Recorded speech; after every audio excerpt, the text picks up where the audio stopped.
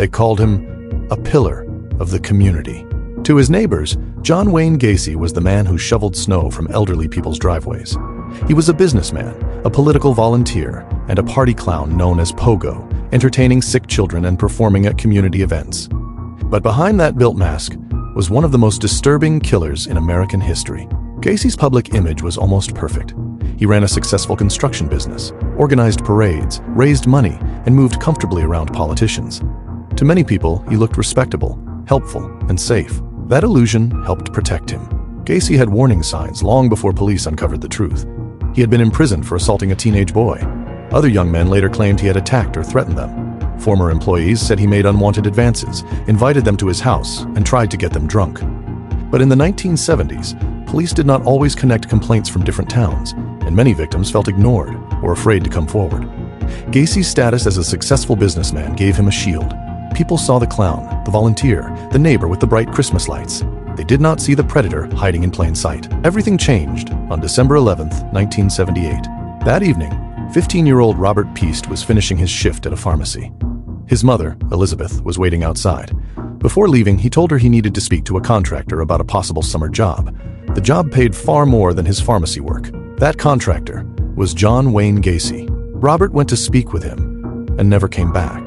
When Robert failed to return, his mother became worried. Later that night, after the party had ended and there was still no word from her son, she called police. She told them about the contractor Robert had gone to meet. Investigators identified Gacy. At first, they did not see him as an obvious suspect. He was well known, active in civic groups, and respected by many neighbors.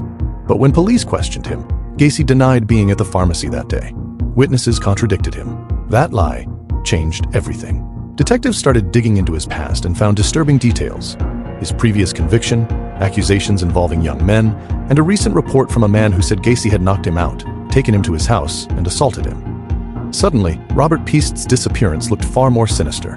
Police obtained a search warrant for Gacy's home. Inside, they found suspicious items: handcuffs, rope, police-style badges, drugs, identification cards, clothing, and underwear that did not appear to belong to him.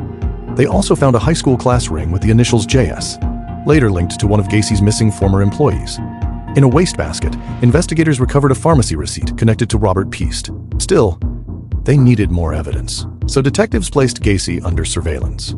At first, he seemed to enjoy the attention. He would walk up to officers outside his house and tell them where he was going. He complained that police were harassing him, but also tried to appear calm. During one conversation, detectives asked about his clown performances. Gacy reportedly said that being a clown let you get away with things in public because people thought it was part of the act. He made a chilling remark: "You can get away with murder." Then came the smell. At one point, Gacy invited officers into his house. While inside, one detective noticed a strong odor when the toilet was flushed. It was the smell of decomposition. Investigators began pushing urgently for a second warrant. Meanwhile, Gacy started to unravel. He went to his lawyers while drunk and agitated. He pointed to a newspaper article about Robert Peast and said the boy was dead, claiming he was in a river. Through the night, he rambled that he had been judge, jury, and executioner for many people. He said some victims were under his house and others were in the river. Soon after, Gacy told a friend, "I've been a bad boy," and admitted killing around 30 people. On December 21st, 1978, police returned with a second search warrant.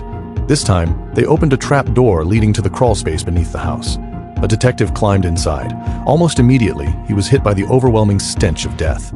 He called back to the others that the place was full of bodies. At first, they found 3, then more, and more. The crawl space beneath Gacy's home had become a hidden graveyard. Police eventually connected him to 33 murders, making him one of the worst serial killers in American history. Investigators later learned that Gacy often targeted vulnerable young men and boys. Some were employees, some were hitchhikers, some were runaways or young men on the margins of society. He lured them with offers of work, money, alcohol, or drugs. Many trusted him because he seemed established and respectable. He could point to his business, his political connections, even his photograph with the First Lady. That respectability was part of the trap. The tragedy is that Gacy could have been stopped sooner. In 1975, an 18-year-old former employee named John Butkovich disappeared after arguing with Gacy. Gacy was questioned, but nothing came of it. Butkovich's parents repeatedly begged police to investigate him. Their warnings were not enough. Other complaints had surfaced too, but the pieces were not linked together. Different departments failed to connect the pattern. Victims were dismissed. Gacy's community image made him look less dangerous than he really was. At trial, prosecutors argued that Gacy's devastation was almost beyond comprehension. He was convicted of 33 murders and sentenced to death. On May 10, 1994, he was executed by lethal injection. John Wayne Gacy's case remains terrifying, not only because of the number of victims, but because of how ordinary he appeared. He was not hiding in the shadows. He was standing in public, shaking hands, entertaining children, and building a reputation. And for years, that mask worked.